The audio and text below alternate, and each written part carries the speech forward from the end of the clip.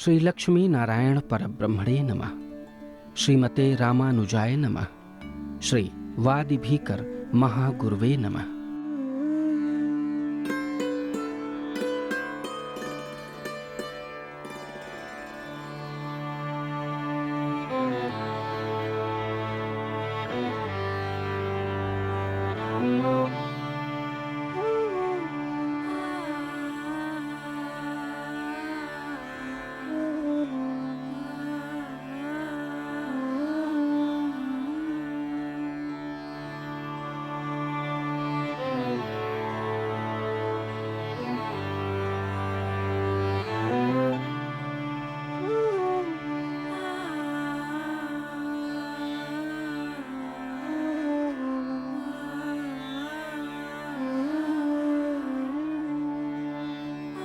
देवभूमि बक्सर, बिहार की पावन भूमि पर विश्व का अपूर्व समारोह,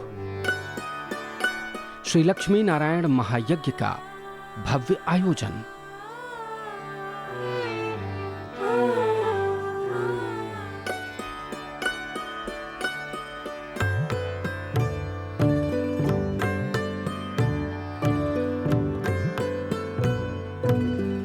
भारत के महान संत श्री त्रिदंडी स्वामी जी महाराज के शिष्य श्री लक्ष्मी प्रपन्न जीयर स्वामी जी महाराज के चातुर्मास व्रत के पावन अवसर पर अखिल अंतर्राष्ट्रीय श्री वैष्णव सम्मेलन का दिव्य संगम।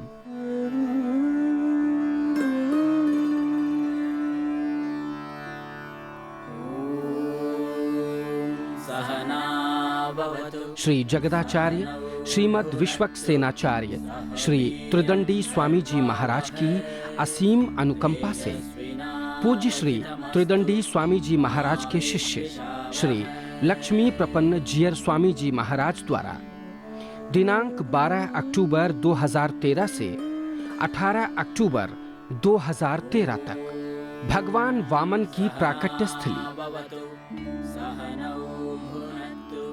प्रभु श्री राम की गुरु स्थली एवं ब्रह्मर्षि विश्वामित्र की तपोभूमि इस दिव्य स्थली बक्सर बिहार में इस समय संत महात्मा, विद्वान, वक्ता और महापुरुषों का स्वागमन हुआ है।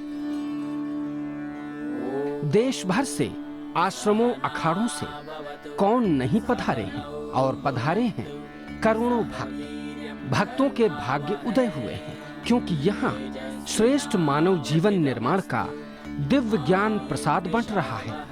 यहाँ मोक्ष का मार्ग प्रशस्त हो रहा है। बक्सर हवाई अड्डा बड़का नुआव में, जहाँ पिछले 4 माह से परम पूज्य श्री श्री लक्ष्मी प्रपन्न जीयर स्वामी जी महाराज का चातुर्मास व्रत संपन्न हो रहा है, वहीं अखिल अंतर्राष्ट्रीय श्री वैष्णव सम्मेलन के दिव्य संगम में सभी श्रद्धालु डुबकी लगा रहे हैं। इसी पावन भूमि बक्सर में वंदनीय श्री त्रिदंडी स्वामी जी महाराज की समाधि स्थली भक्तों के मनोरथ पूर्ण कर रही है। इस जगह पर पूज्य गुरुदेव श्री लक्ष्मी प्रपन्न जीयर स्वामी जी महाराज का इस चतुर्मास व्रत चल रहा है, जो कि हवाई अड्डा है। पूज्य श्री त्रिदंडी स्वामी जी महाराज का ये समाधि स्थल है और इस समाधि स्थल पर पूज्य श्री स्वामी जी महाराज का ये जो है 99 में समाधि इस जगह पर लिए थे। पतित पावनी भगवती मां गंगा के तट पर स्थित यह दिव्य आश्रम धर्म अध्यात्म की पताका को फहरा रहा है।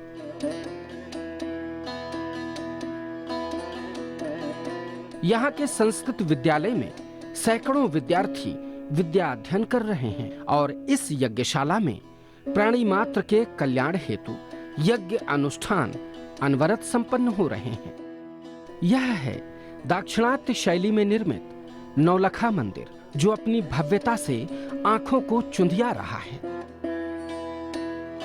यहाँ विराजित हैं परम पिता परमेश्वर, जिनकी कृपा भक्तों को निरंतर प्राप्त हो रही है।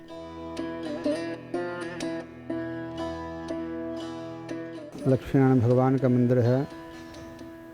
यहाँ जो भगवान विराजमान हैं स्वयं गंगा जी से मिले हुए हैं। और आश्रम के निकट है प्राचीन लक्ष्मी नारायण मंदिर, जहां लक्ष्मी जी संग नारायण विराजमान हैं।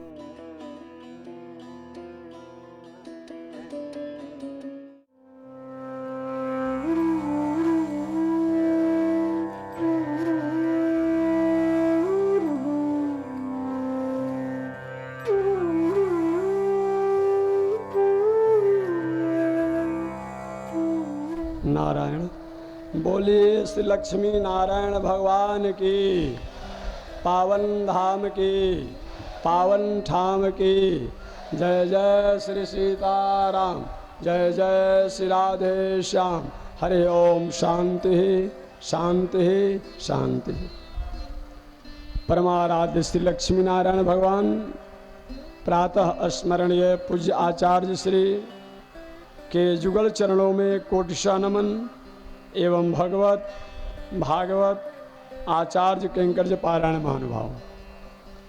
कथा तो हो ही रही है, लेकिन एक शास्त्र की परिपाटी है। मैं भी 2-4 शब्द पहले ही मैं निवेदन किया था, रोज समय मिलेगा तो बोलूँगा।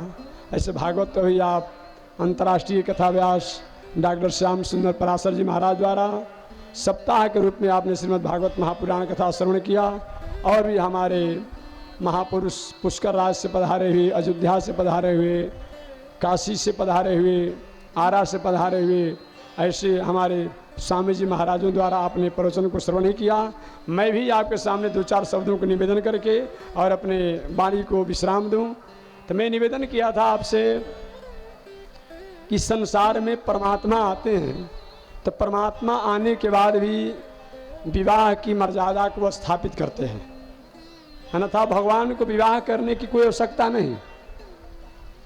परंतु भगवान हम संसार के लोगों को उपदेश देते हैं कि हे समाज में जीने वाले लोग, हे समाज में रहने वाले लोग, अगर आप समाज की संस्कृति, समाज की सभ्यता, समाज का आदर, समाज की मर्यादा का पालन करना चाहते हैं गृहस्थ आश्रम में रह करके, तब तो आपको विवाह करना ही पड़ेगा। ऐसे विचार कर भगवान ने विवाह किया। अन्यथा भगवान जो है वास्तव में पुरुष हैं, आप प्रकृति जो है वह स्त्री है। या प्रकृति से बने हुए जो लोग हैं, प्रकृति से जितने चीज बने हैं वो सब क्या हैं? सब स्त्री ही हैं, सब स्त्री हैं। ऐसा विवाह का भगवान को अलग से कोई विवाह करने की आवश्यकता नहीं है। फिर भी हम संसार के लोगों को उपदेश देने के लिए भगवान ने विवाह किया। तो मैंने आपसे निवेदन किया कि भगवान का प्रथम विवाह जो है रुक्मिणी जी के साथ हुआ, और वह विवाह भी झगड़ा के साथ हुआ। राजा परीक्षित जी को उत्कंठा हुआ कि गुरुजी भगवान के विवाह में और संग्राम हुआ, युद्ध हुआ, इसका मतलब सुखदेव जी महाराज ने कहा परीक्षित, लड़ाई झगड़ा करना, फसाद करना अच्छा बात नहीं है, अच्छी बात नहीं है। परंतु कहीं दुष्ट व्यक्ति की दुष्टता बढ़ती चली जाए, दुराचारियों का दुराचार बढ़ते चला जाए, तो वहाँ तो अपने आप उसको दंड देने के लिए कभी कभी कुछ कड़ा होना पड़ता है। इसलिए भगवान ने संग्राम करके, लड़ाई करके, युद्ध करके और प्रथम विवाह अपना रुक्मिणी जी के साथ किया। आगे हमारे सुखदेव जी महाराज ने कहा कि परीक्षित, भगवान का एक ही विवाह नहीं हुआ, भगवान का 16,107 विवाह और हुए हैं। राजा परीक्षित को अपने आप गुरु जी क्या बात करते हैं? एक विवाह अपने आप समाज के लोग अब कर लेते हैं, तब पत्नी का कितना टेंशन रहता है वो तो ही समझेंगे। जिनके पास पत्नी होगी, कभी अमुक वस्तु नहीं है तो अमुक वस्तु नहीं है तो अमुक वस्तु नहीं है। अब भगवान ने 16,108 विवाह किया और ऐसे सारी पत्नियों के साथ व्यवस्था किए, सबके साथ रहे, उतने भवन बनाए कि उतने मकान बनाए, कैसे सबके साथ रहते थे, ये राजा परीक्षित को जानने की इच्छा हुई। आगे राजा परीक्षित सुखदेव जी महाराज से पूछे, गुरुजी ये भी बताया जाए कि भगवान को क्या एक विवाह से कोई कार्य चलने वाला नहीं था? काहे 16,107 विवाह और किए? क्यों किए? कैसे किए, किस प्रकार किए, इसको आप बताएं। श्री सुखदेव जी महाराज ने कहा, परीक्षित, भगवान वास्तव में विवाह तो एक ही किए थे, परंतु भगवान ने 7 जो और विवाह किया, 7 जो और विवाह किया, वह जो है अष्टधा प्रकृति के प्रतीक किया। अष्टधा प्रकृति मैंने बताया कि परमात्मा जो हैं पुरुष हैं और प्रकृति जो है वह भगवान की स्त्री है। तो भगवान ने बताना चाहे समाज और संसार में जीने वाले लोग, प्रकृति जो है हमारी पत्नी है, तो हमसे अगर विरोध करोगे तो हमारी पत्नी जो प्रकृति है वह आपका भी विरोध करेगी, और उस प्रकृति के विरोध होने से आपका हानि होगा, आपका दुख होगा, आपको अशांति होगी, आपको उपद्रव होगा। ऐसा विचार कर भगवान अपने आप में 7 जो उनका विवाह हुआ, एक तो पहले रुक्मिणी जी के साथ हुआ और 7 और विवाह जो हुआ उसका कथा मैं बाद बताऊंगा। ये अष्टधा प्रकृति के सूचक हैं। अष्टधा प्रकृति माने पृथ्वी, जल, तेज, वायु, आकाश, मन, बुद्धि, अहंकार, इसी का नाम है अष्टधा प्रकृति। यही अष्टधा प्रकृति के सूचित करने के लिए सूचक भगवान ने अपना 8 विवाह किया, 8 विवाह किया। बाकी बच गए अपने आप में 16,100 अपने आप बच गए। तो भगवान ने 16,100 जो अपने आप विवाह किया, तो 100 विवाह जो भगवान ने किया इसलिए किया कि शास्त्र में बताया गया, वेद में 1,00,000 मंत्र हैं। उन वेद के 1,00,000 मंत्रों में उपनिषद की जो व्याख्या की गई है वो हजारों उपनिषद हैं। उन हजारों उपनिषद में 100 उपनिषद भगवान की प्राप्ति कराने वाला, भगवान को जनाने वाला है। ऐसे 100 उपनिषद की अपने आप में सूचित करने के लिए सूचक ही भगवान ने 100 उपनिषदों के साथ अपना स्त्री के रूप में होने पर उन्होंने 100 विवाह और किया। कितना हो गए? 108। और बाकी कितना हुआ? 16,000। तो 16,000 भगवान जो विवाह किए उसके बारे में बताया गया है कि किस एक बार एक राक्षस कथा मैं बाद में बताऊंगा। वह राक्षस इतना अत्याचार, पापाचार, अनाचार, व्यभिचार, कुकर्म से अपने जीवन को जी रहा था। उसने मन में यह तय किया था, यह मन में उत्कंठा किया था कि जब हमारे पास लाखों स्त्रियां हो जाएगी, लाखों युवतियां हो जाएगी, लाखों राजकुमारियां हो जाएगी, तो एक साथ लाखों राजकुमारियों को अपने आप बैठा करके और तब मैं अपने आप विवाह करूंगा। सबकी अपनी अपनी इच्छा होती है। उसने यही तय किया था। ऐसे विचार करके वह राक्षस, नाम बाद में बताऊंगा, एक भूमिका में बता रहा हूं। अपने आप में वह राक्षस विचार करके जो भी जिस राजा की राजकुमारी अपने आप में अपनी मर्यादा, सुशीलता, सौंदर्यता, लावण्यता में रहती थी, उसको अपने आप वह अपहरण कर लेता था, छीन लेता था, चुरा लेता था और ले जाकर के अपने नजरबंद करके अपने राज में रखता था। इस तरह से वह करते करते 16,000 अपने आप में राजकुमारियों को पकड़ करके अपने राज में नजरबंद करके रखा था कि जब लाखों अपने आप में राजकुमारियां हो जाएगी तो एक साथ में सबके साथ विवाह करूंगा। यह समाचार एक बार जब भगवान श्री कृष्ण अपने कानों तो सुने तो ही राक्षस का वध करके और उन राजकुमारियों को मुक्त कर दिए उसके नजरबंद से, कारागार से। राजकुमारियों से कहे कि जाओ तुम लोग अपने अपने पिता के यहाँ। वह राजकुमारियां ने प्रार्थना किया भगवान से, प्रभु हम घर पर नहीं जा सकती हूँ क्योंकि हमारे पिता, हमारे भाई, हमारे चाचा, हमारी माता, हमारे संबंधी अब हमें स्वीकार नहीं करेंगे क्योंकि मैं अपने आप में राक्षस के यहाँ रह चुकी हूँ। अगर या तो हमें आपको वर्णन करना है तो वर्णन करें और नहीं तो आपके देखते देखते आपके सामने ही मैं अपने जीवन लीला को समाप्त कर लूँगी। भगवान के सामने ऐसा समस्या आया, संकट आया, तो ही भगवान ने 16,000 जो अपने आप राजकुमारियों का राक्षसों ने जो नजरबंद करके रखा था उसके साथ भी भगवान ने अपने आप में विवाह कर लिया। इस तरह भगवान का कितना विवाह हो गया? 16,108। राजा परीक्षित इस पावन कथा को सुनने के बाद श्री सुखदेव जी महाराज से पूछे, गुरु जी ये बताएं कि भगवान ने जो 16,108 विवाह किया उनमें से अपने आप में कौन कौन विवाह कैसे कैसे हुए, इसको आप विस्तार से बताएं। तो हमारे सुखदेव जी महाराज कहते हैं कि परीक्षित तुम विवाह को गिनते रहना और मैं विवाह के नाम बताते रहूँगा। आप लोग भी विवाह कौन कौन भगवान किए वो आप गिनते रहेंगे और कथा के रूप में मैं बताते रहूँगा, क्योंकि मेरे बस की बात नहीं रह जाएगी कि मैं आपको भगवान का विवाह बता दूंगा और संख्या भी गिन दूंगा। संख्या आप गिनेंगे, विवाह की कथा मैं सुनाऊंगा। इस तरह अपने आप में हमारे सुखदेव जी महाराज राजा परीक्षित से कहते हैं, परीक्षित इस संसार में व्यक्ति बड़ा नहीं होता है, इस संसार में व्यक्ति बड़ा नहीं होता है। व्यक्ति का आचरण, व्यक्ति का कर्म, व्यक्ति का स्वभाव अगर ठीक है तभी वह व्यक्ति इस समाज और संसार में रहने का अधिकारी है। नीति शास्त्रों में बताया गया है, जो व्यक्ति, जो मानव आचरण से विहीन है, व्यवहार से विहीन है, खान पान से विहीन है, धन से विहीन है, किसी प्रकार के देशद्रोही, राष्ट्रद्रोही, धर्मद्रोही आरोप से आरोपित है, ऐसा व्यक्ति ये संसार में जीते जी भी अपने आप में मरा हुआ है।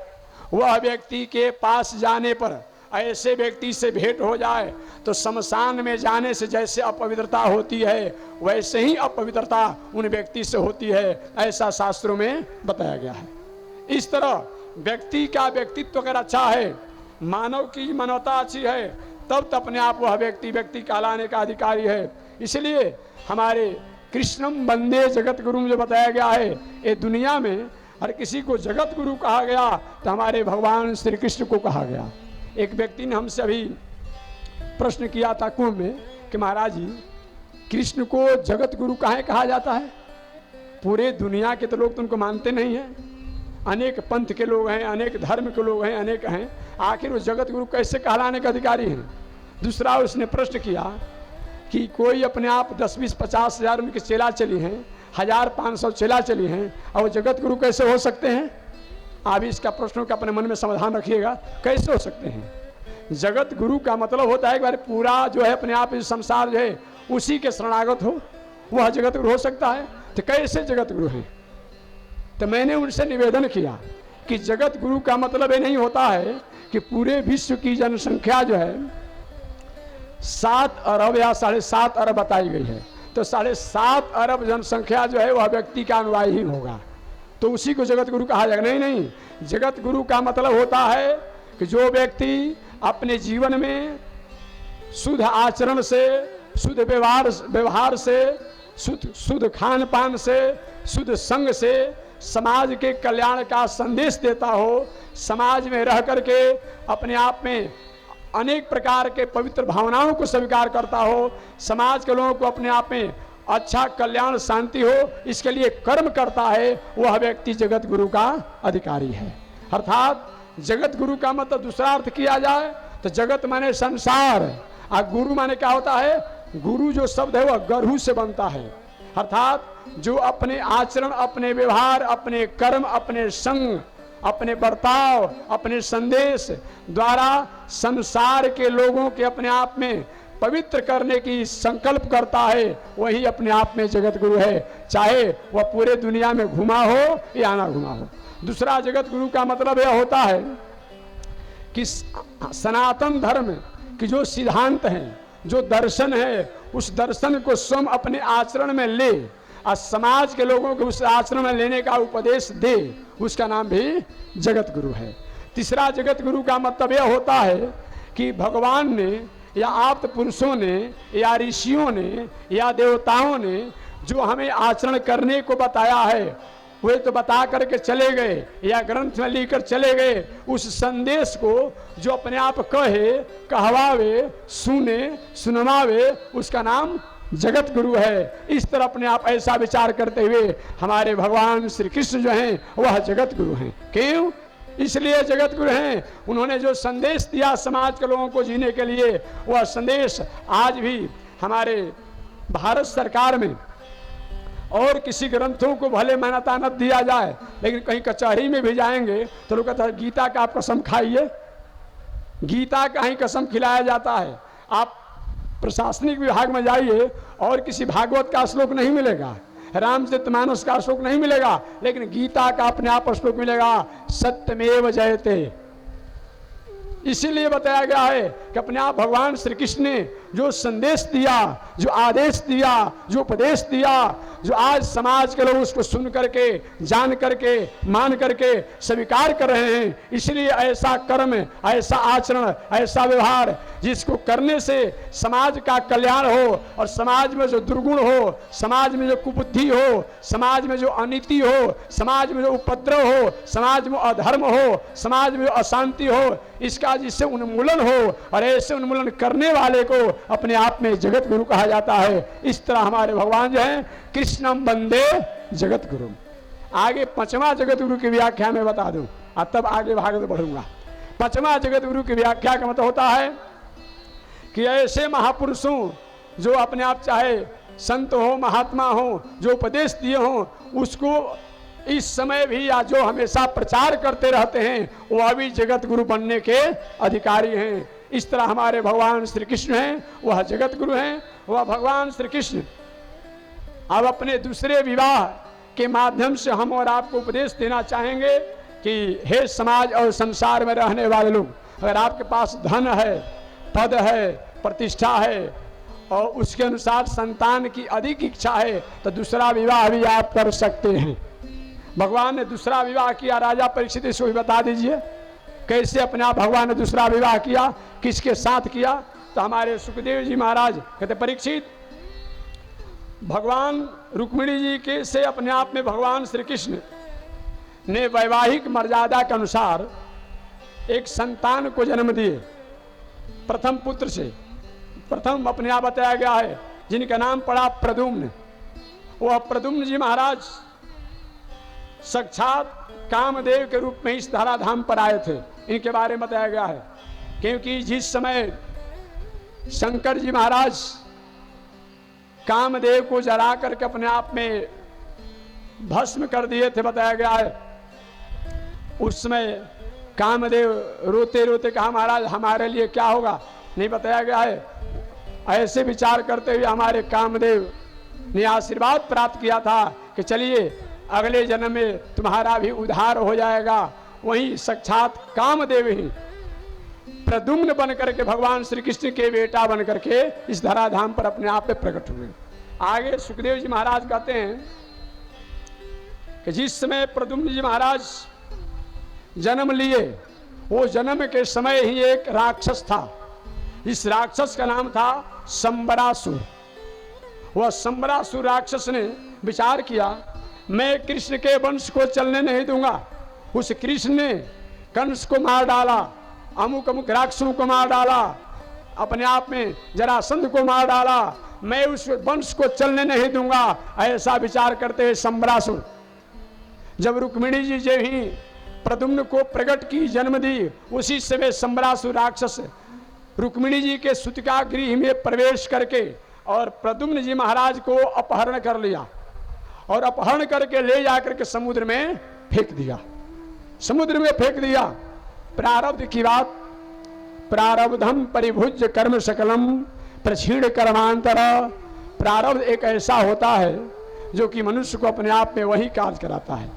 संबरासुर तो समझ गया कि मैंने जिस कृष्ण के पुत्र को समुद्र में ले जाकर के फेंक दिया उसकी मृत्यु हो गई होगी, परंतु दैव योग से जिस समय संबरासुर ने भगवान श्री कृष्ण की प्रथम पत्नी रुक्मिणी से प्रकट हुए प्रद्युम्न जी को ले जाकर समुद्र में फेंका था, उस समय एक मछली श्वास लेने के लिए अपने मुंह को ऊपर की तरफ निकाल करके जल से बाहर और खोली हुई थी।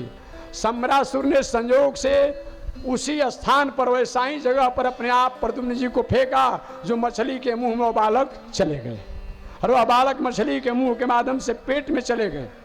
देश काल पात्र के अनुसार बताया गया है कि संबरासुर का एक सेवक जो है अपने आप बताया गया है, वह मछली को अपने आप जो समुद्र में प्रद्युम्न जी को निगल गई थी उसको पकड़ करके अपने आप में लाया। संबरासुर का एक सेवक जो था, एक नौकर जो था, वह पकड़ करके लाया। मछली को तो अपने व्यवहार में लिया, लेकिन मछली के पेट में अपने आप में एक पुत्र को प्राप्त करके सोचा कि मैं अपने मालिक के यहाँ पहुंचा दूं। देखिए कैसे कैसे कभी कभी किसी का बदला चुकाने के लिए कौन व्यक्ति आता है। जिस संबरासुर ने भगवान श्री कृष्ण के पुत्र प्रद्युम्न को अपने आप ले जाकर समुद्र में फेंक दिया था, वहीं अपने आप प्रद्युम्न जी महाराज मछली के पेट से होते हुए और उसके सेवक द्वारा संबरासुर के यहाँ पहुंच गए। संबरासुर के यहाँ पहुंच गए।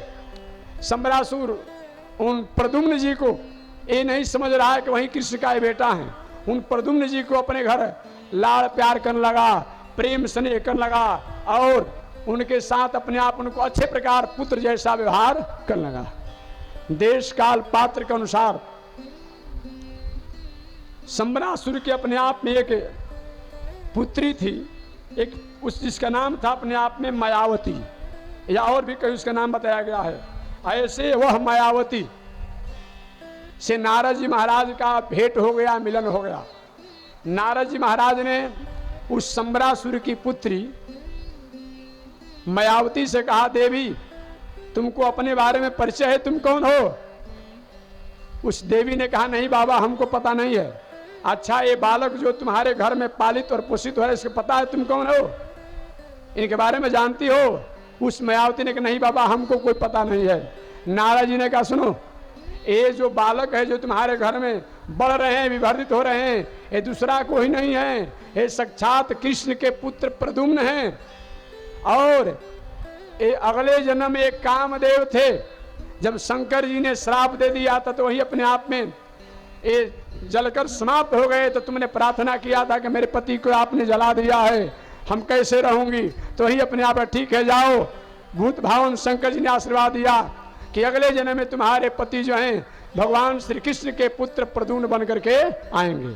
तो वही संबरासुर के पुत्री मायावती से नारद जी ने कहा, ये जो अपने आप जिनको तुम पालित पोषित कर रही हो ये कौन है? ये कृष्ण के पुत्र हैं, ये तुम्हारे पति हैं, इनका नाम है कामदेव। अब मायावती, अरे मेरे पति कामदेव, और देवी तुम कौन हो?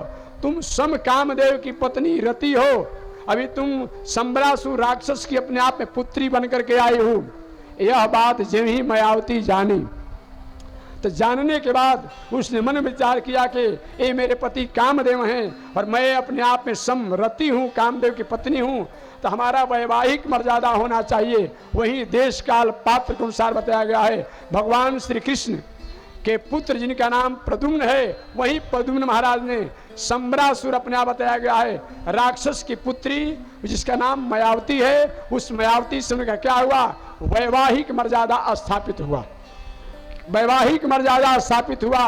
और वही भगवान कृष्ण के पुत्र प्रद्युम्न जो है वह संबरासुर का वध कर दिए, उसको समाप्त कर दिए और मायावती को लेकर के भगवान श्री कृष्ण के पुत्र जो हैं पुनः अपने आप बताया गया है द्वारिकापुरी में आए। जब तक से प्रद्युम्न जी महाराज द्वारिकापुरी में लौट करके आए, इस बीच में बताया गया है कि भगवान के और भी अपने आप बताया गया है अनेक विवाह हो चुके थे। कल मैं चौथे विवाह की कथा सुनाऊंगा, 5वें विवाह कथा सुनाऊंगा। आज इसी के साथ मैं अपने वाणी को विराम दे रहा हूं। आगे परमात्मा की जय शिक्षा। सरल, सहज, हंसमुख, भक्तों के मनोरथ पूर्ण करने वाले श्री जीयर स्वामी जी महाराज के दर्शन कर भक्त भाव विह्वल हो उठते हैं। परम तपस्वी, साधक, ज्ञानी स्वामी जी के आशीष से भक्त मालामाल हो उठते हैं। कोई दिखावा नहीं, कोई चाह नहीं, जो परमात्ममय हो गए हों उन्हें संसार से क्या मतलब, मगर वो मानव मात्र के कल्याण हेतु अपने उत्तरदायित्व को निभाने में प्राणपन से लगे रहते हैं। शिष्य का मार्गदर्शन तो गुरु ही किया करते हैं। उनकी अमृतवाणी शिष्यों का मार्ग प्रशस्त करती है। आवा निकट जति के वेसा। अब इस दंडक वन में सती माता का प्रवेश हुआ तो सती मैया ने भी अपना रूप बदल दिया। थी सती लेकिन सीता बन गई। राम जी ने प्रणाम किया। अकेली वन में घूम रही हो, कहो बहोरी कहां वृष केतु। जंगल में अकेली क्यों घूम रही हो, वन में अकेली क्यों भ्रमण कर रही हो। वृष केतु कहां है? वृषभ पे आरूढ़ होने वाले भोले बाबा, धर्म पे आरूढ़ होने वाले, धर्म पे बैठने वाले बाबा धर्म पत्नी को अलग कर दिए, धर्म पत्नी से अलग हो गए। ऐसा क्यों? अंत में सती माता भगवान के ऐश्वर्य को देख करके भयभीत हो गई, डर के मारे हृदय कंपित हो गया, नेत्र बंद करके बैठ गई। दोबारा जब आंख खोल करके देखी, कुछ नहीं दिखाई दिया। भगवान और उनकी माया की महिमा को देखकर सती माता प्रणाम करके पहुंची। शिव जी ने पूछा, तुमने कैसे परीक्षा लिया? सती माता ने कहा, परीक्षा नहीं ली, आपके ही तरह प्रणाम करके आई हो। शिव जी ने कहा, ऐसा नहीं हो सकता, यदि मेरी तरह प्रणाम करके आती तो फिर जब मैं समझा रहा था उसी समय समझ जाती। प्रेम से बोलिए श्री लक्ष्मी नारायण भगवान की। प्रातस्मरणीय पूज्यपाद अनंत श्री विभूषित श्रीमद जगत गुरु रामानुजाचार्य पुष्कर राजपीठाधीश्वर स्वामी जी महाराज का दर्शन हुआ।